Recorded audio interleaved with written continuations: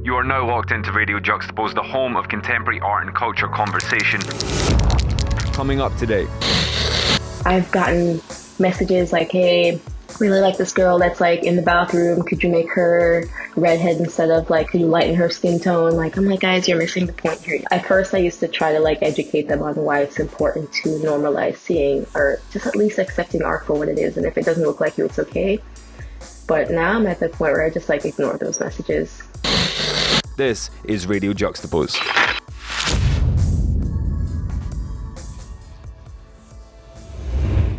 "2020 was a weird year for Jamaican-born, Florida-based illustrator Melissa Koby. At a time of collective global uncertainty, Melissa's output tapped into the insecurities that many around the world were feeling. By the time the Black Lives Matter protest had gained momentum, her posts were grabbing worldwide attention. The intimate moments she was portraying were set against a backdrop of warm tones and soft colours. Her work reflects on the many faces and facets of black culture, whilst ultimately conducting a celebration of black joy. Thanks for joining us here on Radio Juxtapoz. Apologies to all the Evanistas out there. It's just myself, Doug Gillen, hosting this episode today. Don't worry, Evan will no doubt be back in the chair with us next week. I'm not going to waste any more time. Let's just get straight into it as we head behind the illustrations and dive into the world of Melissa Koby.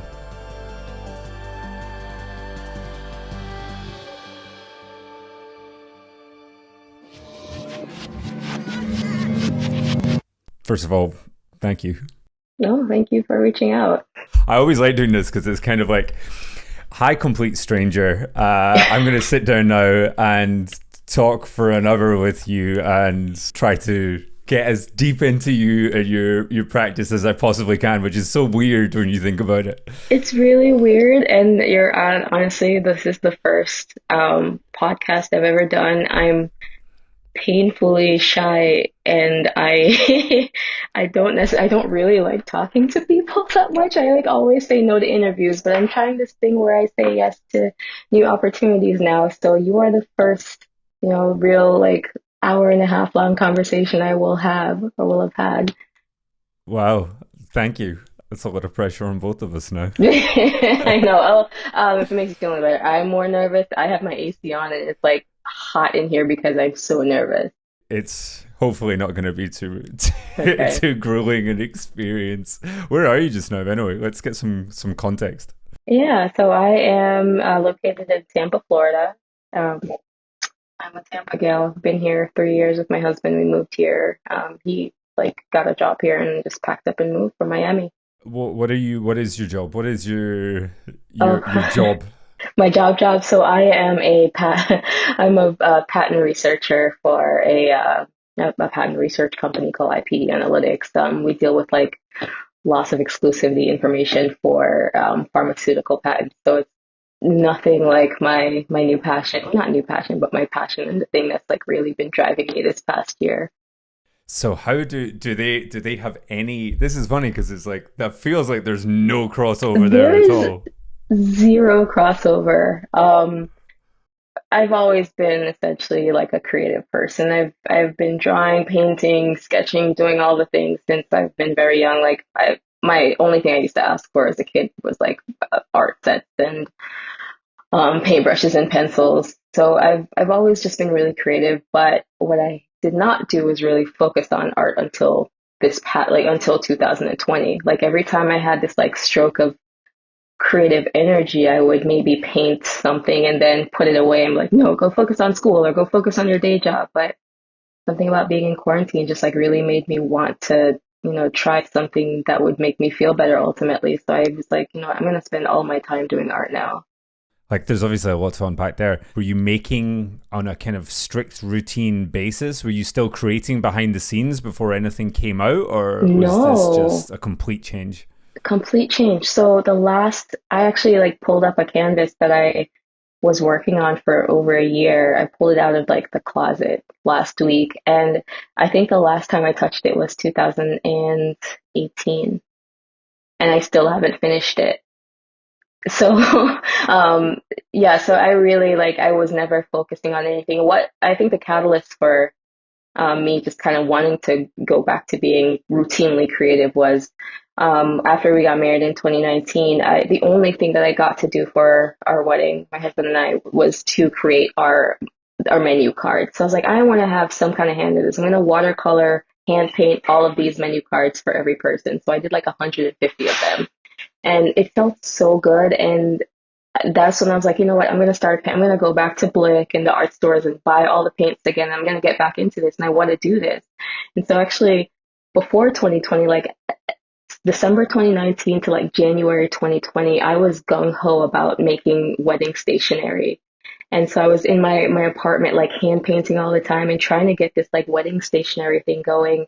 And then COVID happened and all of that went out the window. But I didn't start digitally creating until he saw me struggling because I kept trying to like paint and scan the images and put them into put them on my computer and try to like make them into PNG files. He's like, this is painful to watch. You need to get an iPad. So so I bought my iPad like a year ago, like February or so. That was like my first time digitally illustrating. So your work was kind of a bit more traditional before then. Yeah, it was. And how easy was that transition then? It wasn't too bad. Like it really wasn't. So I mean, I think when I first started, I wanted to make sure that what I was doing looked like watercolor. So I watched a lot of videos. He kept sending me YouTube videos of like all these digital artists, and I researched how to like not manipulate, but like use brushes or apps or brushes that look like watercolor. So I really was trying to focus on making sure that everything I did digitally looked like a watercolor painting. And then I just kind of relaxed and started doing more visibly digital work when I realized that this wedding business was not going anywhere. So I was like, I'm going to start creating for me now. And I just, tried to like explore different types of like image drawing. And yeah, so that's kind of where my style evolved, I guess. Deep diving into your Instagram, you can see like that exact moment Yeah. where it switches, and it's funny looking through it because you see this switch and suddenly you and your life start to disappear. They make an appearance every so often, but then it just goes super into your work, and then this digital world starts becoming the focus, and then there's this just real like just sharp increase of the attention that it's getting. Yeah. To look at your account and think like, wow, okay, this is like a year of activity. A year. It's a big year. It was a big year. It was a really crazy ride. I think maybe now is the most rest I've gotten in the past year. And I'm not the cats. I'm really just like grateful for everything that's happened. But it, like you said, like you can see that transition like happen overnight. I think the first round of attention I got was like immediately after we went into lockdown. So around March, like literally like March 1st, around that point in time, I created, like, I felt so like isolated. I felt alone. I'm like, I'm going to start drawing like how I feel. Actually, yeah, that's the starting point of all of this, is where I was like, I need to draw exactly what I'm feeling, which is alone. I hate this. I don't want to be alone. I don't want to feel like this. I feel like a bum at home by myself. My husband's away working at a hospital. And I started imagining this world where like these people lived alone and they were somehow just like thriving and just being okay with being in quarantine, like good jobs, like women in just beautiful dresses. And I think the one guy I started illustrating, he was at his desk working in his underwear, but he was just chilling and it was cool. And yeah, so I started just like creating this like digital ecosystem of people just being totally okay with being in lockdown. And I noticed that I started getting a little bit of attention and people started sharing it. And the first person probably asked me if I could sell it to them. So I actually didn't sell the first like image until March. Yeah, that's where it just kind of like started, but it didn't like skyrocket until, and I hate diving into this because it kind of makes me feel bad for like my real like round of attention came from like social injustice, right? But yeah, so I'm already drawing how I feel, and then here comes all these like news stories about just racism, and I start to internalize it, and everything I started creating from that point on kind of took on this like social justice undertone. And everything I felt but didn't know how to express, I put it in my captions, I put it into the imagery, and that's where I really started getting like attention from the celebrities, just like people with influence, and that's just kind of where, everything kind of took off, I guess. There's a million and one different things there. I'm gonna go right back to I say a lot. the I'm initial sorry. the initial moment. We got time. We got time. So Okay. we're gonna cruise through this. First of all, you're kind of like a self-confessed introvert. Yeah. I wondered if quarantine and that moment of isolation, hmm like you said, that made you feel more alone than ever before. But I thought maybe that was kind of like, actually, this is the world that I want to be in. This is the So, world that I'm comfortable with. so you would think that, right? It's just along with being an introvert. So there's a part of me that actually really is okay with being alone for the most part. But it was the loss of like control over the ability to leave and go out. That was what hit me the most, I think. Like my husband, he's an extrovert. He was suffering. He like got on Xbox and started playing games just to talk to people. I'm like, I don't need to talk to people, but the fact that I don't have that choice to talk to people like face to face really bugs me, and that's kind of like really what got to me, I think. I completely get that. And then, so this for you was that release. Yeah, yeah, it was just a way to like connect to other people that might be feeling exactly how I was feeling, whether or not they were introverted or extroverted. I think that everybody just kind of wants to feel connected, or at least know that they have some kind of connection. And the good thing about social media is that it does kind of provide that avenue for you, right? You notice that a lot of people started getting into baking and fitness and sharing all these things with people, things that they probably never would have shared before. And so That was the cute part of lockdown. Those initial, where everyone's making banana bread. yeah. Yeah, so I didn't have banana. I didn't want to make banana bread, but I definitely wanted to just like create, and it just provided me the opportunity to do the thing that I was just like not doing consistently before. And was this like for anything other than that connection, or did you say to yourself like, look, I'm going to do one of these every day or one a week or something like that? Was there a structure and a game plan behind it, or was it just an outlet? So there was no structure, but I was turning out a lot of illustrations in the beginning because I found that that was my like therapy, right? The more I created, the less I had to think about my situation. That anxiety that I felt like with just the uncertainty of what was happening, I was like, you know what, I'm just gonna keep drawing. The second I finished one illustration, I'd start another one, and it got to the point where I was like losing sleep. It'd be 2 o'clock in the morning, and I would have an idea or a thought of something that happened that day. I'm like, I need to sketch this out and draw it. The balance was not there in the beginning. I was doing way too much.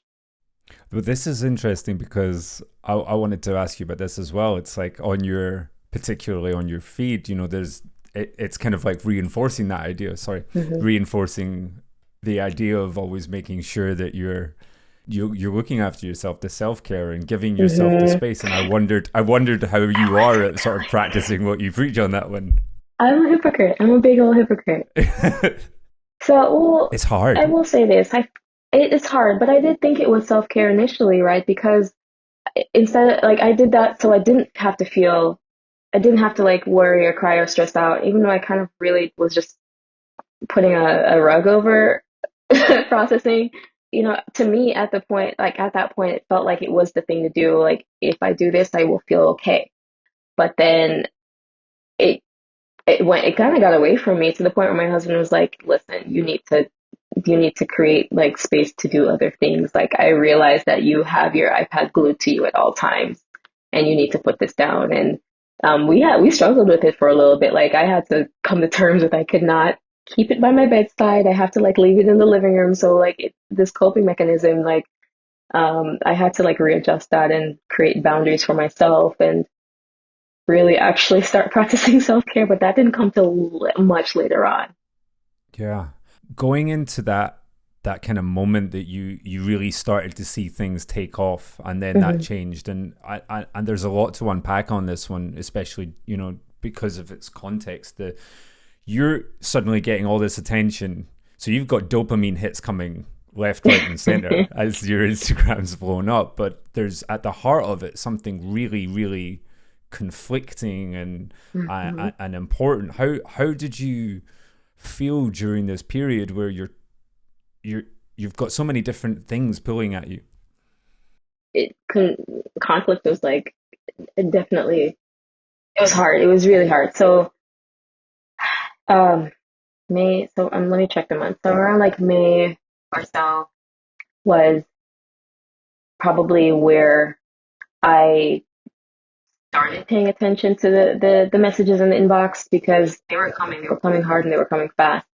All these like big brand companies or people wanting to collaborate on things. And I'm going to be completely honest with you, I did not trust any of it, because this is, if you haven't heard this from any other Black person, you can hear it from me.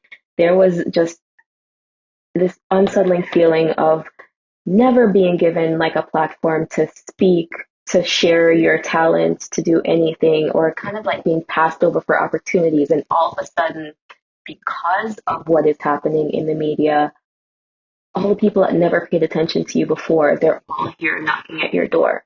So I personally, and it's a sentiment shared a lot among a lot of creators, didn't trust anybody coming to me.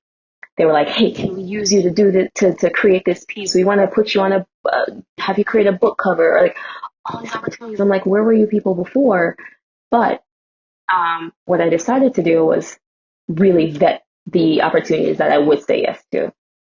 So I started scheduling calls with every company, every person that wanted to talk to me. We would have a Zoom meeting, and I needed to hear from you what your stance was on equity and equality. I wanted to know exactly what you were planning to do for the Black community. Was it just a now thing, or do you plan to hire? Like, yeah, I really wanted to know that this was not just for the moment. So the companies that I did say yes to were the ones that I felt okay with, based on our conversations, like Erin Condren, West Elm. Like, I really connected with the reps that talked to me, and I struggled to say no to a lot of things because I just didn't feel comfortable like saying yes to being your poster child in a moment.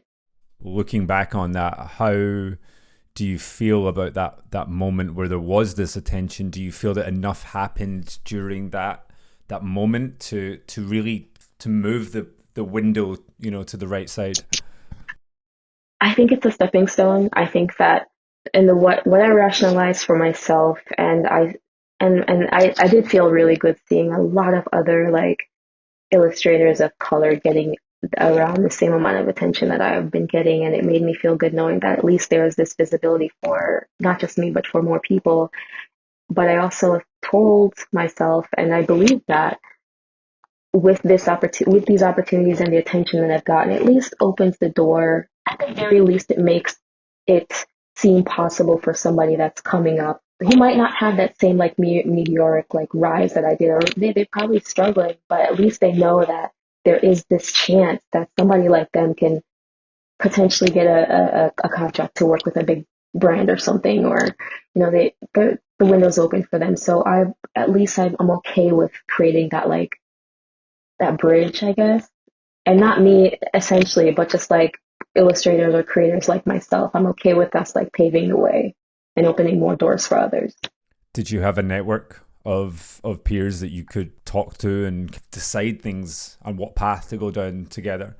Initially, no, but another great thing about social media, it's essentially like your portfolio, right?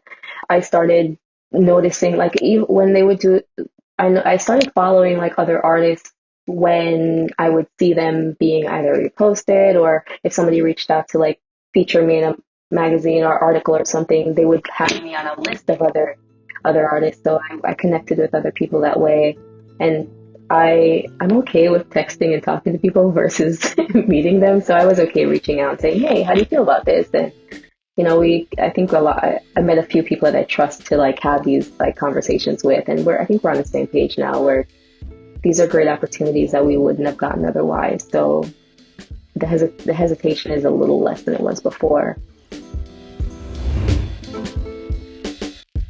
Over the last year, a lot of us have learned to make the most out of the space that we have access to. Kitchens around the world doubled up as full-time offices, half-dressed co-workers have become the norm, and of course, no Zoom call would be complete without a needy cat walking across the screen. With the lines between work and private life increasingly blurred, finding that creative outlet has never been so important. During this period of collective unease, Melissa's work communicated a vulnerability that resonated with many, and I was curious if there was another side to opening up to a room full of strangers. You're listening to Radio Juxtapoz in conversation with Melissa Koby. One of the things I notice about the way you communicate through your Instagram is you seem to wear your heart in your sleeve. Mm-hmm. And you're very open when you're describing these situations, and it feels like it's a real personal, there's a personal thread coming through here, and you feel that. And I would have expected when you are open with your audience feels that they can be open in return. And I wonder if that came with an extra pressure that you maybe weren't expecting. It did. It happened quite a lot, and I feel kind of, I actually feel a little bit bad now, a year later, because I'm not able to maintain the same connections I was trying to maintain with them before. So whenever I'd share something really personal, I'd get somebody really personal in my direct message. Like, I've had people tell me that they're contemplating suicide. I've had people tell me like really deep things. And it was good to have these conversations. And I felt like I could actually like reach out and talk to people. But at the same time, one, I'm not a counselor. So I had to step back from like, not to say I had to step back from allowing people to open up, but I had to step back from keeping that door so wide open, because too many people were coming in with a lot of really deep and personal issues that I just didn't know if I was well equipped to handle and deal with, especially when I didn't know what my emotions were going to be like from day to day. Some days would be really heavy, and I can't take on somebody else's burden, but also like from a professional standpoint, I don't think it's healthy to have these kind of like barriers just being, or lack of barriers, I should say. They were there, but now I've come to the conclusion that it's okay for me to take a step back, and even like with responding to every single person, I want to talk to everyone, but it's just not boundaries, like we have to maintain those in order to keep at least a healthy space. Do you feel like that you've found the sweet spot on that, or is it something that's kind of still just constantly fine-tuning and in motion? It's still fine. I think like it's always going to be a work in progress, especially for somebody that like I internalize a lot. And so I might not respond to all the comments, but I see them and I'll try to respond to most of them. It doesn't happen often, which is great, because I've had just a really great community reach out. I've like the other day, I had just like one random person say like, why are you trying to cause division among the races? And I'm like, wait, what? That's not what I do. And that was like, so I responded to this one person, but I like internalized it, So I'm like, all right, boundaries, step back. You don't need to look in your comments all the time. But yeah, so I'm still working on just like not feeling as much, but I don't think I want to just like cut myself off completely, because I think that's just not a secret to the sauce, but that's a reason why I started this, was to communicate and connect with people. So I'm not going to completely close my heart and my thoughts and my words off to everyone. Working on the balance is a day-to-day thing. So tell me a little bit more about you. So you were born in Jamaica, grew up in Florida? Yes. Actually, I've been here the majority of my life, but I lived in New York for like 3 years. My closest friends, honestly, are the people that I kept, my friendships that I kept from like going to school in Jamaica. So I've been fortunate enough to like have these lifelong friendships and people that like I can connect to on both levels, like living in America as an American citizen, but also having this like our heritage just kind of like being maintained. So I feel like this duality, which is great. And what was the question? Yes, so I lived in Florida. I talk too much, but yes, I've been in Florida for quite some time now, and I think this just like past year has made me like really think about identity and where I choose to identify. Like I always want to be honest and open about the fact that I was born in Jamaica, but my experiences are very American. So I'm not African American, but my experiences are very American. And so I can identify with like the hurt and the pain and the things that like people of color in this country do experience. How does it feel when you go back to Jamaica then? Do you suddenly feel more American? I do, and I hate it. The last time I was there was 2017 for one of my friend's wedding, but I do know I've noticed a shift. Like I will try my very best to put on an accent, and it's gone. When I'm here and I talk to like my family and they have a Jamaican accent, it's fine, right? I think I sound Jamaican until like even my husband, he's like, "Yeah, you have a Jamaican accent." But then I go home and I remember one time, like this wasn't the last trip back, but a trip like a couple times before. I went to they sell like jerk chicken on the side of the road, and it's priced a certain way. And I went there, and the guy's like, "Yeah, $300 for chicken." I'm like, "All right, fine, that's nothing." And and then like I went over to my friend, and I was like, "How much did you pay for that?" They charged him like half the amount because he heard that even though I was trying to like put on an accent, he's like, "Nah, she's not from here," and charged me like double for food. I'm like, okay, that's what really hit me. Like, you're no longer truly Jamaican. You're Americanized. So it was a big part of it was a big part of your life, and it still is. Is it something you kind of want to make sure that it always is? So it's not as big as it should be, right? Especially with two Jamaican, like all my family is from there. It really isn't.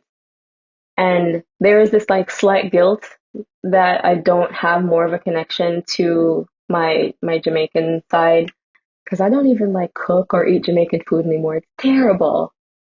But it's I guess I've just like created a new identity and for myself in the past 10, 15, 20 years, and I'll get those connections if I go back home or something, but outside of that, like I really don't know if I'm 100% tapped into it, you know?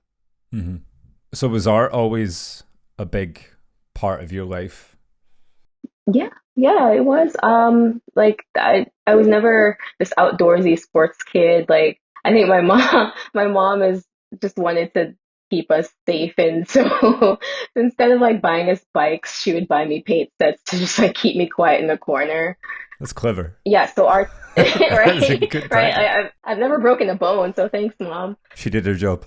She did a little too well. Now I'm just like socially awkward, but it's always been there. And so funny enough, even with like going back to Instagram, like a lot of my followers that I've had from there, my OG followers from day one followed me because years ago I started creating purses. Like I had this line called Hardware Clutch by Mel C, and I would do hand painted purses and like fabric purses, and so a lot of people like knew me from then, and they'll still reach out and they're like, "Hey, I followed you from 2012 when you were making purses, and I'm still here. I'm glad to see you've changed, but still kept your creativity." And but yeah, it's always been there some like in some kind of way throughout my life.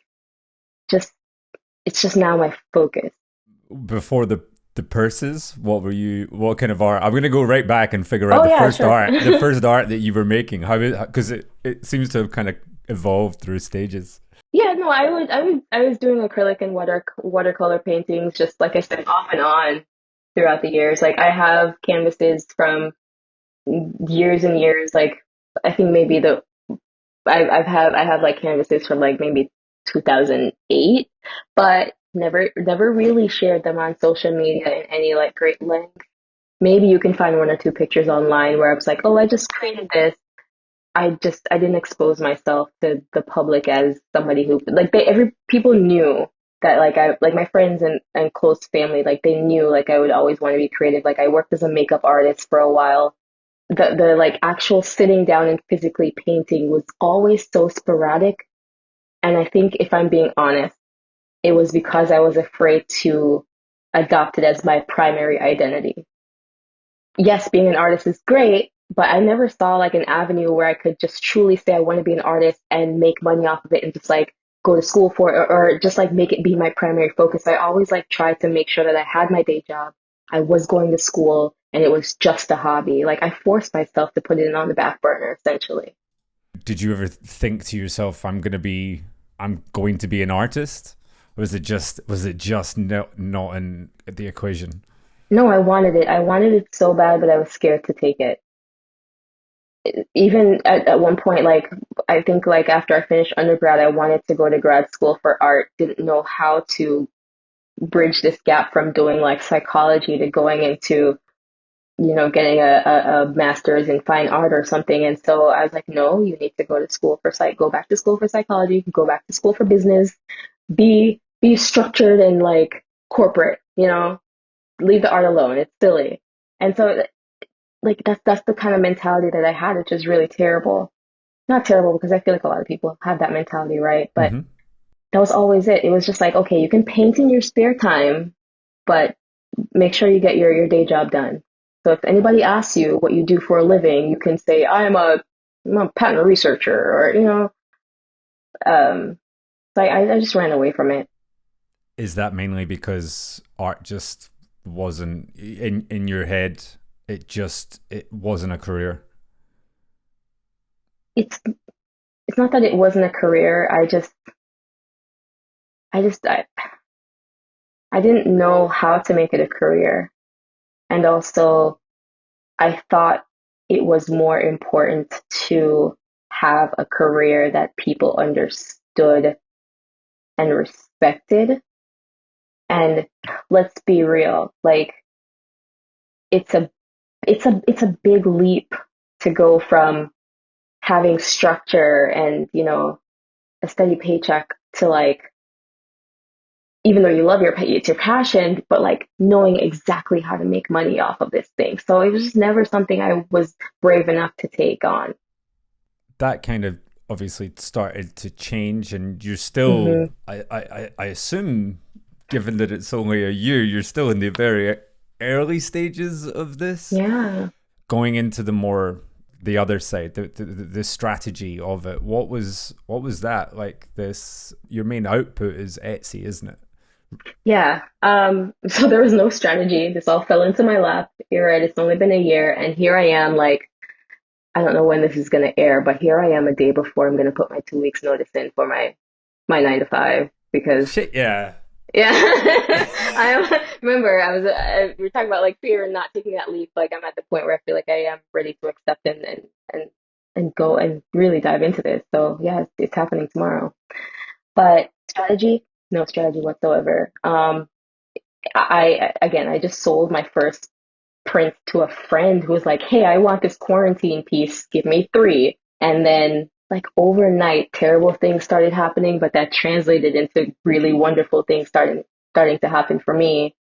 I've just been riding this like really amazing wave, and with the follower count growing, there comes more visibility because all these like people are resharing my work, and all of a sudden companies are reaching out. They're like, "Hey, we want to work with you," and it's been so consistent. I haven't really had time to stop and think like, how do I maintain this in 2, 3 years from now? This is great, but I don't know what's going to happen 2 to 3 years from now. Whether or not the attention that I've been getting, if it's going to be sustained, are people going to still feel connected to me so much that they want to work with me on a business level or have me like a part of their brand?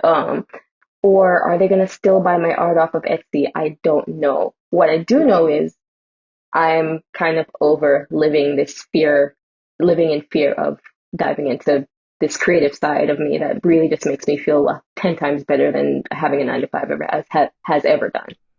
This must be the most liberating moment in your career, though, because it's the big unknown. It's the big unknown, and I'm so risk averse that like it's been causing me like sleepless nights. But I had a conversation with one of my friends, two of my friends last night. I'm on their board for their nonprofit organization called Community Spring, where they help people dealing with poverty in the Gainesville area. And he was an attorney, and she was an MPH, and she's like, I forgot exactly what her day job was, but they had really really strong roles, and they both gave up their jobs, moved from DC to go back to Gainesville, Florida, a small town, to start a nonprofit organization to help people not be poor. For them to take that big of a leap, like what am I worried about? My husband still has a job, so like why am I living in fear over something that, has brought me success for a year? It could bring me more. So I'm gonna do it. That's a beautiful thing. I love that. I absolutely love that. And it was funny because when you said you were at your job, I was like, I thought your job was doing the art. I thought that was your job. So you threw me a curveball. I'm looking at emails right now. I'm like, you can't see my screen. It's right there. And I'm looking at these emails come in. I'm like, oh God, two more weeks. But you're like, yeah, I don't care that much. I still care. I work for a great company and my team is awesome. It just doesn't feed my soul. I feel dead inside from the hours of 8:30 to 6. And I only truly feel alive when I'd rather honestly stay up at 2 o'clock in the morning, make half the amount, like half the paycheck doing something that I truly love. And I'm okay with that now. That's it. I mean, it's those hours that you get back. It's the gift of time that you were given. It's the headspace that you're suddenly given from this. And it is a risk, but it seems like quite a calculated one. Moving forward with your practice, so because your work is, and most people will know you as a digital artist, as a digital illustrator. Mm-hmm. Do you plan to continue down the digital route? Are you going to move back into painting, or are you just going to go NFT and do crypto market, do some little GIF and sell that? Maybe all three. But so I will.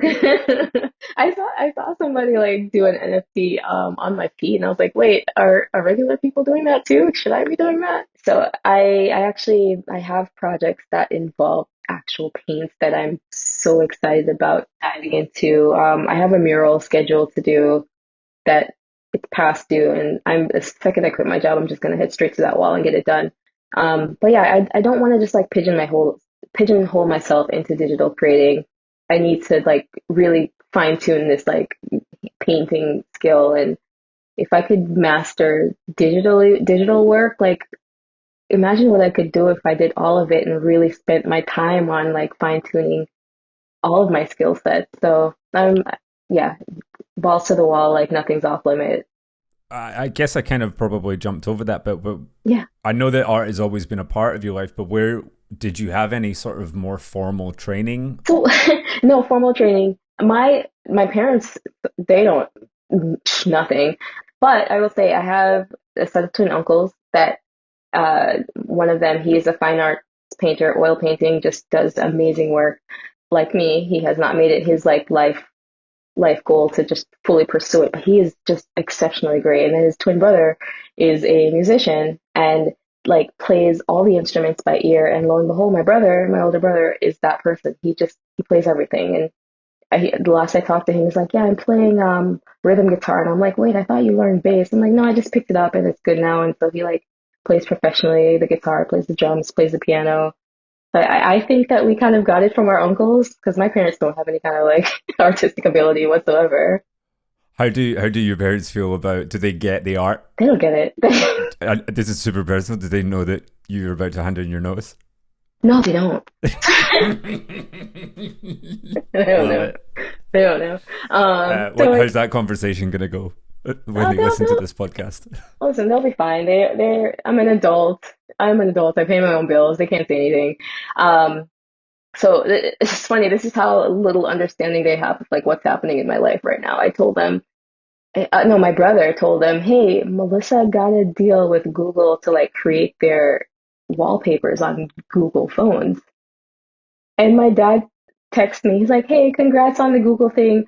So I went to the market dealer. Like he just like to me that's just like, oh, so you don't understand like how amazing this is. Like it went over both their heads. So I just like kind of just don't tell them a lot of the things, just because it's like lost information on them. Melissa was one of the 6 contemporary artists chosen to turn Google Chrome into their canvas last year. The campaign featured her piece On the Hill, the title of which is a reference to a city upon a hill in the teaching of salt and light in Jesus' Sermon on the Mount. A shining city upon a hill is a phrase used to describe America as a beacon of hope. And within Melissa's piece, we see 5 featureless black figures of varying tones and backgrounds, and though positioned at the bottom of the hill, they exude beauty and strength as the sun beats down on them. I wanted to ask you about going in right into your work. Are you pulling references, or is it all in your head? But both. If there's like a reference photo, I will try not to sell it. It's like if it's somebody like I see like a really cool girl on Instagram, I follow her, I'm like, hey, I'm gonna draw an image that looks like you. I will put inspiration and I will make sure not to sell that image. Like there's one I did in the bathtub with a girl that has like orange slices around her. That's off of a person I follow. Or there was it's a wallpaper that I gave away for free with the permission from the young lady. Like if there are photos like that, no. But otherwise, sometimes I'll just go in the mirror and like pose and take a picture on my cell phone. And if I want a specific like body position, I'll try to like take pictures of it. But for the most part, like I try to practice like drawing figures on the side. But yeah, it's like a combination, I think. Is it important for you for these characters to remain kind of characters rather than specific people? Yes, because I want to, not only do I want to normalize just like seeing black art and seeing brown faces, I want to make sure that at least you can appreciate them for what they are and see yourself in some kind of way in them. Like, to me, when a guy purchases like this feminine, I use air quotes, feminine art, it makes me feel so good because there's something about it that he connects with. It doesn't necessarily have to be a man, but there may be some, like maybe her stance or like the positional power that she exudes or confidence, something connects or resonates with a character a person that doesn't exactly look like this character. In that sense, like I want to kind of like make sure that it's personable to everyone. You ever been surprised by some of the people that are interested in your work? Yeah, I've been surprised on both ends of the spectrum. I've been surprised where people are like, this brings me to tears. I'm like, wait, what? First of all, I cried while drawing this, so awesome, but you didn't need to know that. It doesn't register to me how or why people feel connected. Is it the text or is it just the image? I don't know what it is. Even when like people that don't necessarily look like the images, they're like, this spoke to me. That feels really amazing. What is disheartening is when the flip side of that happens and they're like, hey, can you change this to look more like me?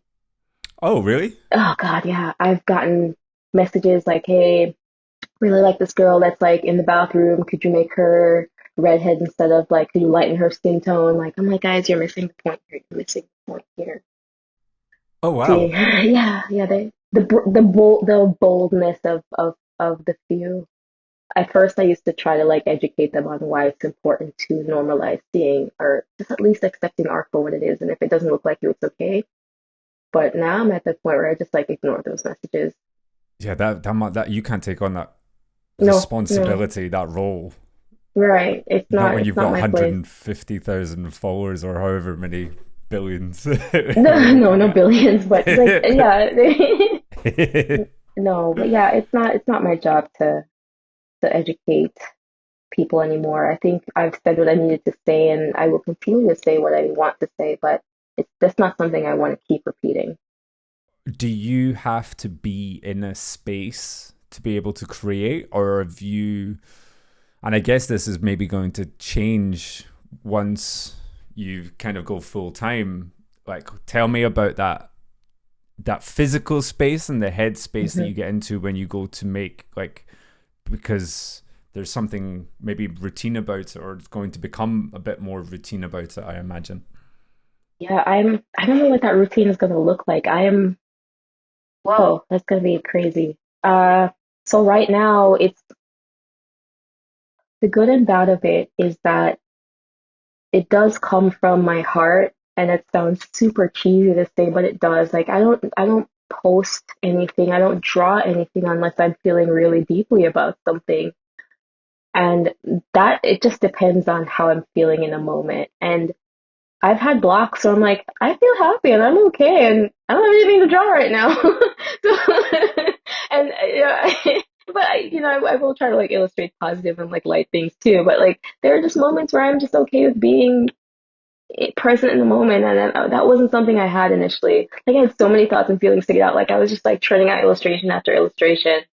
So for me to have like breaks, but also like these moments where I'm like, hey, I'm thinking about this thing and I just need to show it. Like the last thing I posted on social media was yesterday, the image of this black girl and what could be an Asian woman in an embrace, and they're holding hands and they're friends. And to be honest, like I didn't draw that the night before the night that the killings in Atlanta happened. I drew them before because that was something that's been on my heart for a while now. When I see like all these people, stop AAPI hate, and I see this lack of like outcry for the Asian community that I did see for the Black community. And I'm thinking to myself, like, I wish I could just like tell. I have a few Asian friends. I wish I could tell a larger group of people, like, yeah, hey, I see this. I see you. I hear you. I understand. I feel for you. I know what this hurt is like, and I'm so sorry.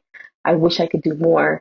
So that's kind of what's been on my heart, and I drew it just like maybe a few nights ago, and then finally posted it yesterday. But to your original question, my physical space, it can be just anywhere I choose to feel comfortable. I have noise canceling headphones. I tell my husband to leave me alone.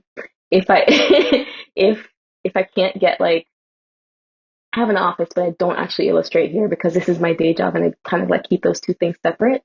A lot of times it's like 2 o'clock in the morning. I'll either do it directly in bed while he's asleep or I'll go to the couch and I'll get it done. So when these people are like, hey, can we get a tour of your studio? I'm like, you mean my bed? No, bro. That's um but yeah, there's no like real physical space. Honestly, it's just about how I feel when I feel in a moment in time that I actually just sit down and work. It is tricky. You kind of touched on it there. This idea of you're used to using this as a way of expressing how you're feeling, and when you're feeling something that's that you need to let out. Have you been practicing how to achieve creativity and to have creative output when you're actually just happy? Because you don't want to be. I mean, the ultimate goal is to be happy, is to be comfortable and to be happy. Right. And, but you have to be able to create during that period. I know. I don't want to like pigeonhole myself into this like moody artist that's just like crying on social media with her illustrations all the time. But like that's kind of what I am. Not at all. There are ones where I'm just like, hey, I'm celebrating you. I'm happy for you. Like Built on Pride, which is probably my bestseller. That was honestly like really my thanks and like positive feeling and expression towards my friends and just feeling gratitude. So yeah, there are those moments, and you're right. I am cognizant of the fact that like a lot of it comes from like hurt and pain, but because when I finally realized that, that's also the point where I'm like, I need more balance. I need to spend time in the real world. So a lot of these moments where I'm just happy, I'm not illustrating at all. I'm just hanging on the couch watching Netflix, or I'm just like, we're taking walks, we're going on drives, we're doing other things. So I think now that when I do leave my job, I will have an even bigger window to illustrate with joy. So I'm excited to see what that's going to look like. How do you think you've changed in the last year? It's been a big year. How do you think you have, if you look at yourself a year ago? I think I've changed a lot in a lot of ways. I think that on one of the more personal sides, I've become more aware of how to process situations. I've become more aware of how to like create boundaries in all its forms. That's the ongoing process of learning, but I've finally like tapped into like setting boundaries for myself and executing them. I've tapped into this wonderful side of me that like has this great outlet that I'm fortunate to have, because not a lot of people have an outlet, especially in time like this. But I've also I feel like this veil has been lifted from my eyes, especially as it comes to the way our society is in terms of, I keep saying it, equity, equality, liberation. Like it's a problem. And I think that a lot of people have been their eyes have been open to it, but I'm just like, I feel very fortunate to be one of the people that are at least more aware of how things really are now. Um, so there's that. There's good and bad to that. There's like always approaching situations with more caution than I would normally would. Like now I'm more aware of the things that we're going to be candid here. Like the things that I didn't even count as microaggressions towards me based on the color of my skin. I see them now. And I'm like, oh wow, that was kind of messed up that they said that to me 2 years ago. I don't hate the person for it, but now I'm at least aware of like things and situations and how people interact socially and just like the systems in place, you know? Do you think people are becoming more equipped in dealing with these conversations then? I want to believe the majority of us are. I'm hopeful, always hopeful that things are always looking up. I think it's going to be a slow process. I don't think that we're going to see any real revolution in maybe my lifetime or your lifetime. But I do think that we are the generations to come and people to come. I think they're more aware of society and social issues now. And I think that we at least have that in our minds. I'm hopeful that things will get better. Yeah.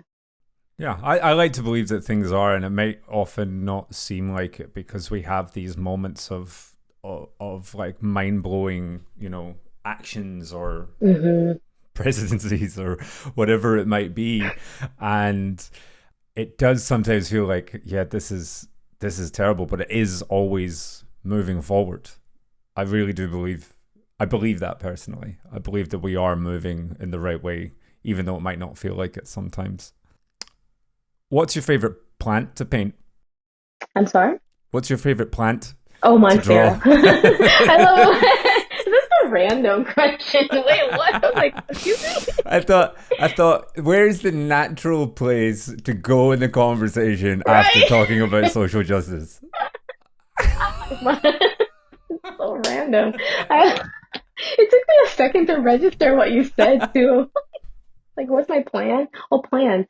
I do gravitate towards monsteras for some reason. I really like them. I like the shape, just like the broadness, the holes, the dimensions of a monstera. I kind of like insert those as much as I can. So yes, that is my favorite plant to draw.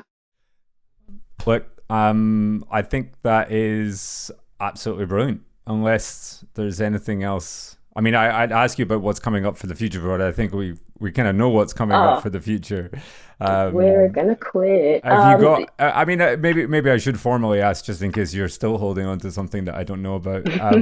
What is the sort of the game plan? I want to expand my product line. Like, I think that in order to have longevity, like I want to be able to like do this expressive illustrating and painting, like I said, but I do want to make sure that I'm just known. I want to be known for more than that, you know? I want to create other things. I want to put my art on other products. I just need to start sourcing all these things. I think my next like not project or maybe collaboration, I would say the next thing that I want to come out with are these like really cool coffee mugs from like a well-known coffee mug maker. They're like these really fun insulated mugs that look so great. I've loved them forever, and I finally like had the courage to reach out to them, and they responded and like, yeah, let's work together. So I'm setting up a call with them next week, and we're probably gonna get that. I'm gonna push for that to get started right away. But there's also the plan to like make sure that I'm physically painting on surfaces. Like, I'm gonna start to reach out to people in the Tampa area and make sure that I get murals up too. Have you ever done anything like that? I've done a street mural on the ground, but I've never done anything really large scale. So my first one is gonna be at one of my favorite plant shops. Actually, they trusted me to like paint on their surface. So we'll see how that goes. And if that goes well, then I'm gonna start like, hey, you see what I did over there? Let me do it here. So how, because this is quite a big jump, just going to stay in this, but I was wondering about this transition then for you. How have you been preparing for going from working on an iPad to working on a, how big is the mural? How big is this wall? God, it's like, it's huge. But no, so I did buy a projector. I just need to source the paints. And listen, if I can conquer digital painting by watching YouTube, like I'm gonna YouTube the crap out of doing murals. I mean, it is like the number one source for any of that. Right. Like, I'm, there's a yeah. million and one videos I can point you in the direction of Yes, please. if you want some Yeah, help that'd be with that. great. As Please send long me as some videos. yeah, so you'd like to do more outdoor murals. I mean, this is Yeah, a different audience for you it is. and a different feeling, I imagine. Different feeling. Again, this is going to be my first, like the last one I did was July of last year on the ground. So this we're talking about just even a different, like, not dimension, maybe dimension, is that the word? Whatever. It's on the wall versus on the floor. But the first thing I did was like look up how to actually do this large scale imagery, even scaling it, drawing it. So the projector came into play, got that check. Um, how much paint to use? That's going to be a big thing. I've been painting on the side, just like making sure that I'm okay with like brushstrokes and my technique on a small scale. So to do it huge, I'm just going to take my time. The good thing about them is that I'm not on a deadline or anything. So if I just do one little piece and I don't love it, start over. And it's just going to be my introduction into this new realm, I guess. Well, I wish you the best of luck. Oh gosh, yes. I'm sure Now you're I'm gonna be. scared. I'm sure you're gonna be in your element out there. I was so comfortable until we had this conversation. I'm like, oh, okay, maybe I shouldn't be as comfortable. No, you definitely should, Um, 100%, because It'll like be okay. that's the whole point. You don't end your job and go out into this big unknown and then not take risks. You're not push yourself. It's all about continuously doing that and finding these Yeah. new avenues and Mhm. being uncomfortable. Because when you're just comfortable, it's not why you do this. Right, right. And I'm to the point where I'm getting too comfortable and I want to start pushing myself. I want to, expand my line. I want to have an actual brand now. So that's where I'm at. I'm not saying that I'm gonna go jump into murals like that's gonna be what I'm being known for. I just want to go tackle that one, and then if I love it enough, we're gonna do another one. And that's gonna be the thing that I do on the side for me. The business side of things, I will do whatever I can to make sure that I there is some longevity there. Hmm. Do you have any interest in being in, like, I guess finding your way into a more institutional side? Does that interest you? Finding your footing in the gallery circuit. Oh, a gallery circuit. So I would okay if I could get into a gallery with just digital art, that would be amazing, right? Because it's actually a lot easier and less time consuming to do. Um, I was approached to actually be in a gallery at a mall once, but at the time I had so many projects, I was like, I can't do this. So I backed out of that. If they want to come back and potentially host my work in a gallery, sure. If not, I will buy my time and actually physically paint things that I feel comfortable with putting in a gallery. But if somebody wants to put my digital work in the gallery right now, I'm not going to tell them no. But until that time, I definitely want to spend more time physically painting and redefining my skills there too. I love that. Do you know what I really love about this? It's like that this is like, for me, it's, and I might be completely wrong, but I don't know if your job could have existed 10 years ago or like 15 years ago. This route that you're carving, Hmm. it's like a reaction to the new world. It's like Yeah, this non-traditional path to get into these spaces. And I really like this because it's completely your own. yeah, yeah. You're right. I don't know if I would have been. I don't know if we would have had the same opportunities 10 years ago. It's the crazy thing about like this new digital age and social media, right? It's probably the worst thing, but it's also one of the most amazing like avenues for people to get discovered. And I'm just kind of fortunate to be one of those people. And I'm glad it's happening now because I feel like I've matured and I'm at the point in my life where I can take that. One of the reasons why I stopped doing courses is because, and I also did start that on social media. I stopped because I was not fit, like emotionally or ready, and I wasn't mature enough to handle that success that would have come with it. Because I made a decent like amount of sales and I was getting traction.